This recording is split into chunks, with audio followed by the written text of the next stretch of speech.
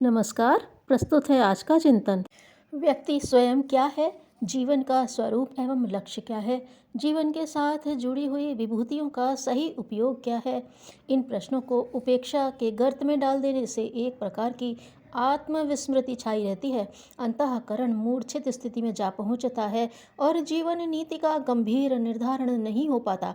इंद्रियों की उत्तेजना ही प्रेरणा बनकर रह जाती है।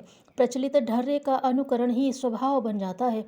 अहंता की तुष्टि के इर्द गिर्द ही तथाकथित प्रगति कामना चक्कर काटती रहती है। अन्य कीट पतंगों की तरह नर पशु भी पेट और प्रजनन के लिए किसी प्रकार जीवित रहता और मौत के दिन पूरा करता है।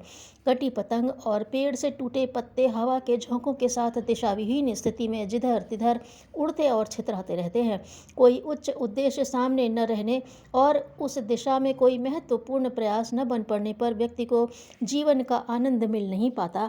ऐसे ही रोते कलपते हारी थकी जिंदगी कट जाती है। बहुत बार तो अधिक सुख की आतुरता में नीति, मर्यादा, औचित्य और विवेक को भी उठाकर ताक पर रख दिया जाता है और ऐसा मार्ग पकड़ा जाता है जिसमें न केवल अपना वरन संबद्ध व्यक्तियों और पूरे समाज का भी अहित होता है। बाह्य ज्ञान की तरह अंतः ज्ञान भी आवश्यक है। सुख साधनों की अभिवृद्धि की तरह उपभोक्ता की विवेक दृष्टि का प्रखर होना भी आवश्यक है, अन्यथा सुख साधनों का दुरुपयोग ही बन पड़ेगा और उससे विपन्नताएं एवं समस्याएं ही उत्पन्न होंगी। आत्मज्ञान की आवश्यकता भौतिक ज्ञान से भी अधिक है। अच्छी मोटर खरीदने के साथ साथ अच्छे ड्राइवर की भी व्यवस्था करनी चाहिए, अन्यथा पैदल से भी अधिक कठिनाई अनाड़ी द्वारा चलाई जा रही मोटर में बैठने से उत्पन्न हो सकती है।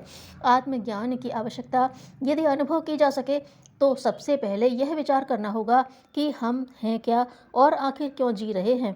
इस तथ्य पर आत्मवेत्ता महामनीषियों ने अपने गंभीर चिंतन से जो निष्कर्ष निकाले हैं वे बहुत ही महत्वपूर्ण हैं। उन निष्कर्षों को भारत में व्यक्तियों द्वारा अपनाया गया और उस आधार पर सर्वतोमुखी उत्कर्ष का लाभ उठाया था।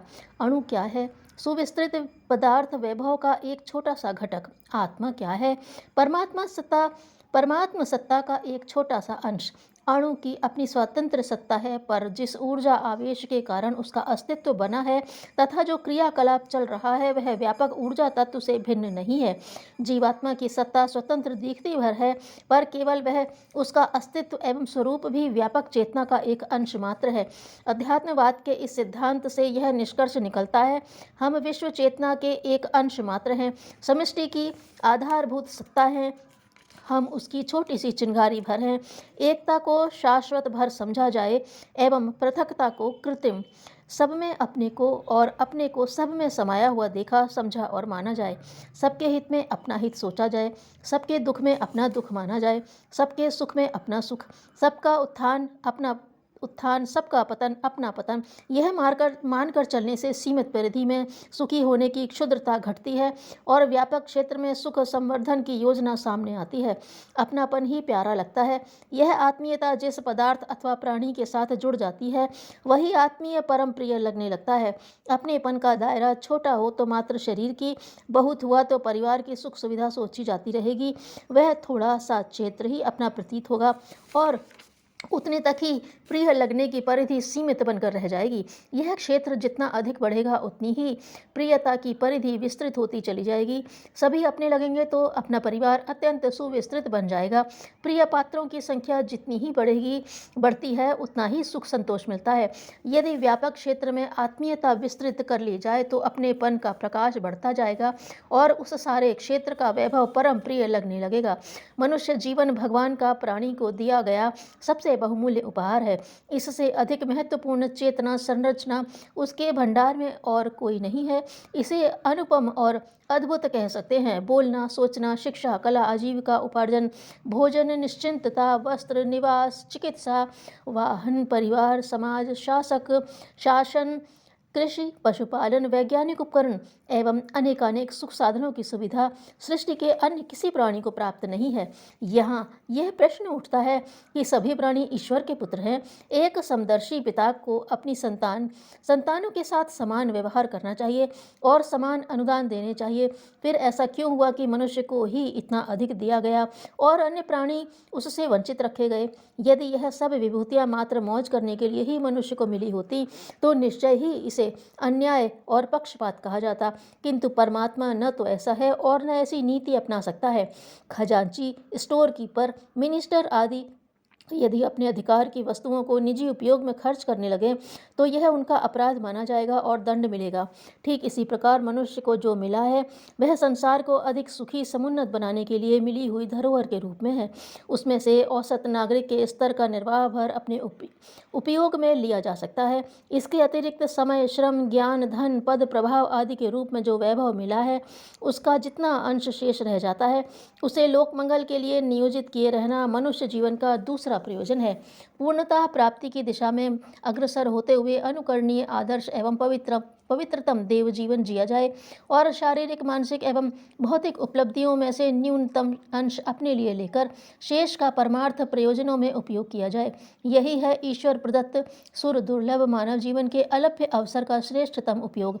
समझा जाना चाहिए कि राजाधिराज परमेश्वर का ज्येष्ठ पुत्र युवराज मनुष्य है। उसे अन्य जीवधारियों की तुलना में जितना कुछ अधिक मिला है वह सब विशेष उद्देश्य के लिए है।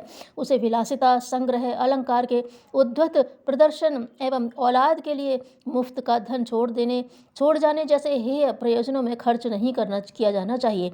अमानत को, धरोहर को उसी प्रयोजन में लगाया जाना चाहिए जिसके लिए वह मिली है। आत्मज्ञान का अर्थ है अंतरात्मा के गहन स्तर में यह अनुभूति एवं आस्था उत्पन्न करते रहना कि हम सतचित आनंद परमात्म सत्ता के अविच्छिन्न अंग हैं।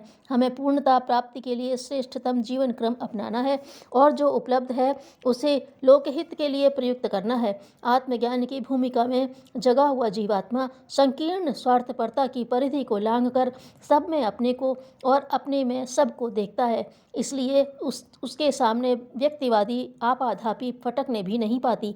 जो सोचता है वही करता है, जो सोचता है और करता है उसमें व्यापक लोकहित की सदुद्देश्यों को कार्यान्वित करने की भावना काम करती है। कहना न होगा कि आत्मबोध से लाभान्वित आत्माओं की प्रत्येक विचारणा और प्रत्येक क्रिया पद्धति में मात्र आदर्शवादिता ही उभरती छलकती दिखाई पड़ती है। ऐसे लोग अभावग्रस्त और संकटग्रस्त हो सकते हैं, पर अंतःकरण में उन्हें असीम आनंद और संतोष की अनुभूति हर घड़ी होती रहती है। भगवान बुद्ध को सामान्य राजकुमार से भगवान बना देने का श्रेय उस आंतरिक जागरण को ही दिया गया जिसे आत्मबोध के रूप में पुकारते हैं। यह उपलब्धि जिसे भी मिल सकेगी वह उसी मार्ग पर चलने वाला वैसा ही सत्परिणाम प्राप्त करने का अधिकारी माना जाएगा। जो मनुष्य संसार में उत्साही है उसके लिए कुछ भी दुर्लभ नहीं है। धन्यवाद।